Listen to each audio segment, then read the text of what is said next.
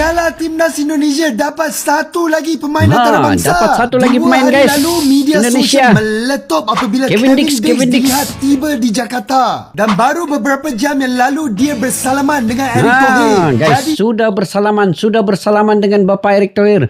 Bermakna ini sudah confirm, guys. Ini sudah confirm. Mungkin dalam 99% ya. Confirm. Shin Taeyong akhirnya mendapat 4 pemain yang dia idamkan sejak sekian lama, iaitu Miss Hilgers, Sandy Walsh, Jordi Amat dan kini Kevin Dix. Ini semua adalah jasa Erick Thohir. Memang cepat dan cekap buat kerja. Respect. Sangat suka bagi negara jiran untuk mengejar Garuda sekarang. Apa benda ni weh? Bagi rakan-rakan yang tidak mengenali Kevin Dix, dia mempunyai banyak pengalaman bermain di Eropah untuk FC Copenhagen. Dia menentang banyak pasukan yang kuat termasuk perlawanan Champions League musim lalu di mana Copenhagen menewaskan Manchester United. Pemain berusia 28 tahun ini mempunyai darah Indonesia daripada ibunya yang berasal dari Maluku. Kevin Dix boleh bermain di posisi back tengah dan back kanan. Pengalaman dia akan menambahkan lagi kekuatan skuad Garuda. Tetapi persoalannya, adakah timnas Indonesia benar-benar memerlukan seorang lagi pemain pertahanan? Pendapat abang, Garuda lebih memerlukan playmaker di bahagian tengah seperti Tom Hay untuk membantu serangan. Ya, betul Apakah juga. kalian setuju dengan abang? Komen kat sini.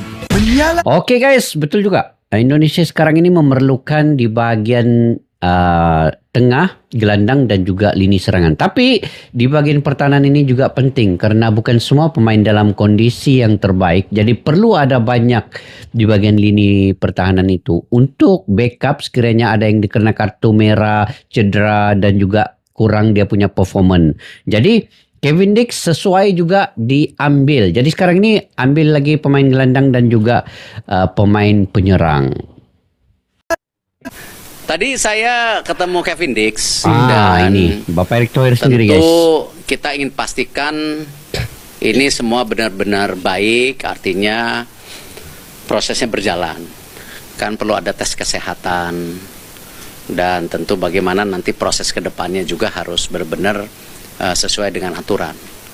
Jadi betul. Alhamdulillah tadi sudah punya komitmen yang sama karena selama ini kan lewat Vicon, bicara lewat telepon, tapi yang benar-benar ketemu baru tadi.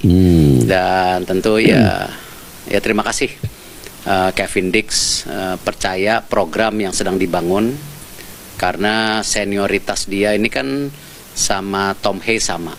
Dan kita bisa lihat kemarin memang kita perlu juga jenderal-jenderal lapangan untuk timnas kita untuk bisa bertanding sesuai dengan standar yang kita cita-citakan.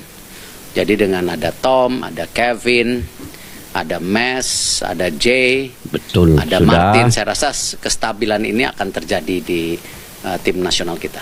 Kalau Pak Erick tadi mengatakan sempat ada komunikasi dari telepon, fit call, artinya kan prosesnya memang sudah panjang ya Pak. Ya. Tapi apa yang membuat Kevin Dix ini akhirnya aku membela timnas Indonesia?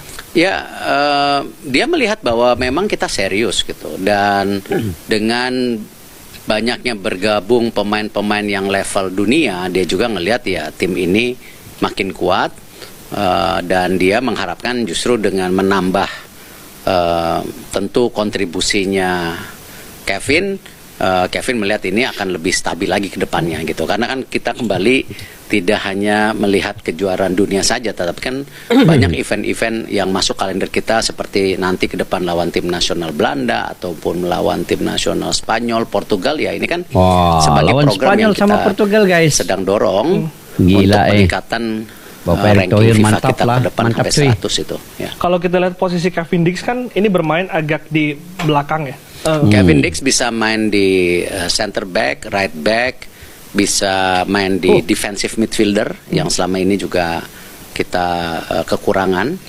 Defensive midfielder. Jadi ya nanti bagaimana pelatih meramunya saja gitu.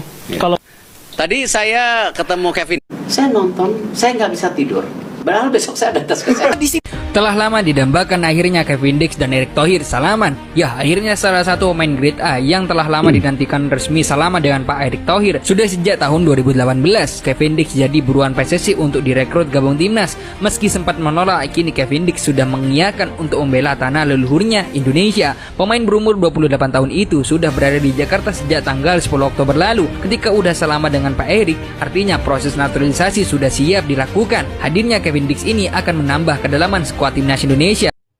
Siapa di sini yang belum tahu Kevin Dix, pemainnya Copenhagen yang beberapa waktu lalu ngalahin Manchester United di Liga Champions. Sebentar lagi akan membela Ngalahin timnas Manchester Indonesia, United, guys. Tapi sebelum Copenhagen. lanjut seperti biasa, yang belum follow Arif Golang di follow dulu ya. Dipencet di follow. Jangan nonton doang. Pak Maksudnya Erick Thohir sudah posting hebat salaman Kevin Dix sama si nih. Kevin Wah, Dix. sudah Itu salaman. artinya tinggal tunggu waktu aja si Kevin Dix bakal dapat KTP ya bang ya, dan bakal siap untuk membela timnas. Tapi bukan melawan Cina ya, karena waktunya terlalu mepet. Kevin Dix akan dipersiapkan untuk lawan Jepang nanti di bulan November. Lini belakangnya Indonesia makin gemuk ya, karena si Kevin Dix ini posisi naturalnya tuh back tengah abangku. Sudah ada Aduh, J.I.J. Rizky Ridho, Rizky Misilgers, Ridho, kedatangan Misilgers, Kevin Kevin Dix. Dix lagi. Makin pusing STI untuk milih siapa back tengahnya ya. Tapi nggak ada masalah teman-teman ya, karena untuk meredam pemain-pemain Jepang macam kayak Mitoma, Indonesia butuh back yang tangguh. Nah sekarang Indonesia punya 2 back yang di kantongnya tuh ada pemainnya MU semua. Misilgers di kantongnya ada si Circe, sedangkan di Kevin Dix di Kevin kantongnya ada si Hoylund. Pak Erick Thohir jangan belakang doang, depan juga itu, biar si Rafael Struijk biar makin semangat untuk main bagus ya, biar ada kompetisi di lini depan. Betul, Gimana betul. menurut kalian? Coba tulis di kolom komentar. Sudah terang lagi bersuluh. Bapak Erick Thohir sendiri sudah bersalaman. Saya selalu teringat kata-kata Bapak Erick Thohir.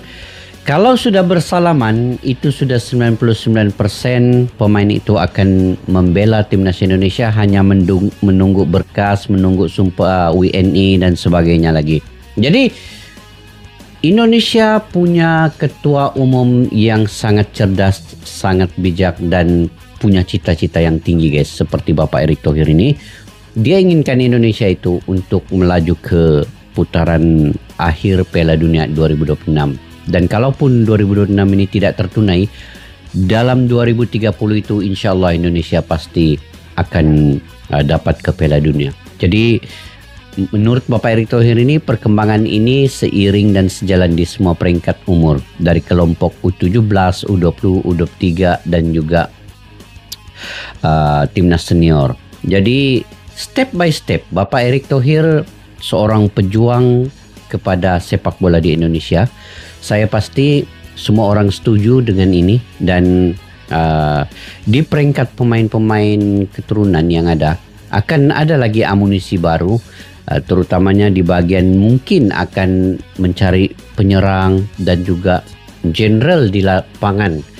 Gelandang itu membantu Prof Haye dalam membentuk permainan di lini gelandang itu. Jadi sekarang ini apa yang penting guys, Indonesia kita perlu mendukung sepenuhnya, karena 2026 ini adalah peluang yang paling terbaik sebenarnya Indonesia untuk lolos ke Piala Dunia. Karena apa guys? Karena satu-satunya negara di ASEAN ini adalah Indonesia yang melaju ke putaran ketiga, dan dari segi pola permainan, dari segi stamina pemain, dari segi muka-muka baru yang ada dalam timnas Indonesia, terutama pemain-pemain keturunan yang dari hari ke hari akan ada amunisi baru ini, sudah tentu kita memperlihatkan Indonesia ini bukan saja dia mungkin dapat mengalahkan tim-tim besar ya, tetapi dari segi skill individu di antara pemain itu sekarang ini sudah membentuk chemistry yang baik. Jadi kalau sudah ini Indonesia sekarang ini guys diperhatikan, disoroti oleh dunia. Jadi sebab itu guys, wasit juga sekarang ini berusaha untuk mengekang Indonesia melaju ke babak seterusnya. Terutamanya wasit-wasit daripada Timur Tengah, wasit-wasit daripada Arab ini. Karena mereka tahu peluang Indonesia itu cukup besar. Dengan pemain-pemain keturunan yang ada, mereka khawatir Indonesia ini akan mengalahkan mereka, dan mungkin mereka akan malu dikalahkan oleh Indonesia, terutama di tempat sendiri. Itu yang dialami oleh Bahrain ya. Bahrain cukup bermain kotor. Semua tahu wasitnya bagaimana dia memperlakukan dengan jijik Indonesia itu dirampok kemenangannya oleh wasit. Ini juga ada kaitannya dengan pengurusan Bahrain. Mungkin itu sudah dibayar di suap. Ya, itu kita tidak tahu. Tiada bukti kuku. Tetapi dari segi kita nampak secara mata kasar ya. Itulah realitasnya. Jadi sudah masa itu pun sudah mereka pandai langgar, apalagi lain-lainnya. Jadi sudah tentu Indonesia sekarang ini akan berhadapan bukan dengan 11 pemain lawan, tetapi dengan 12 pemain lawan termasuk wasit sekali.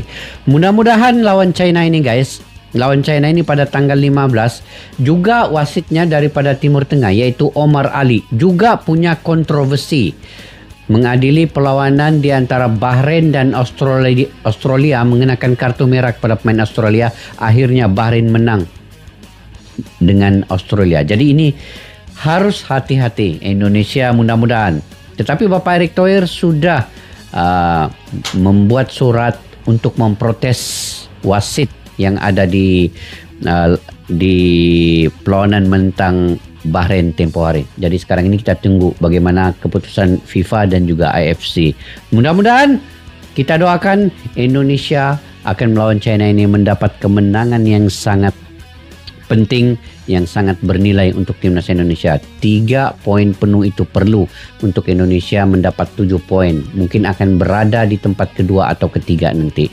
Jadi guys, dengan adanya Kevin Dix yang mungkin akan bermain melawan Jepang nanti, bagaimana menurut kalian terkait dengan perkara ini? Ini sudah sah, sudah bersalaman dengan Bapak Erick Thohir. Bukan lagi hoax guys. Ini betul-betul, ini benar-benar berlaku. Bapak Erick Thohir inginkan Indonesia juga lolos ke Piala Dunia. Dia akan berusaha sebaik mungkin. Jadi sampai di situ saja guys video pada kali ini. Mungkin kalian punya pandangan pendapat sendiri, kalian boleh komentar di ruang kolom di bawah. Sampai kita jumpa lagi di video akan datang. Jangan lupa like dan terus like untuk setiap video yang ada ini. Semoga kalian sentiasa murah rezeki. Oke, assalamualaikum warahmatullahi wabarakatuh. Bye bye. Askalana Studio untuk kita channel yang bereaksi tentang apapun yang ada di Indonesia, channel YouTube dari Malaysia di Askalani Studio. Jika mau tahu tentang Indonesia, ayo like and subscribe channel kami Askalani Studio. Askalani Studio.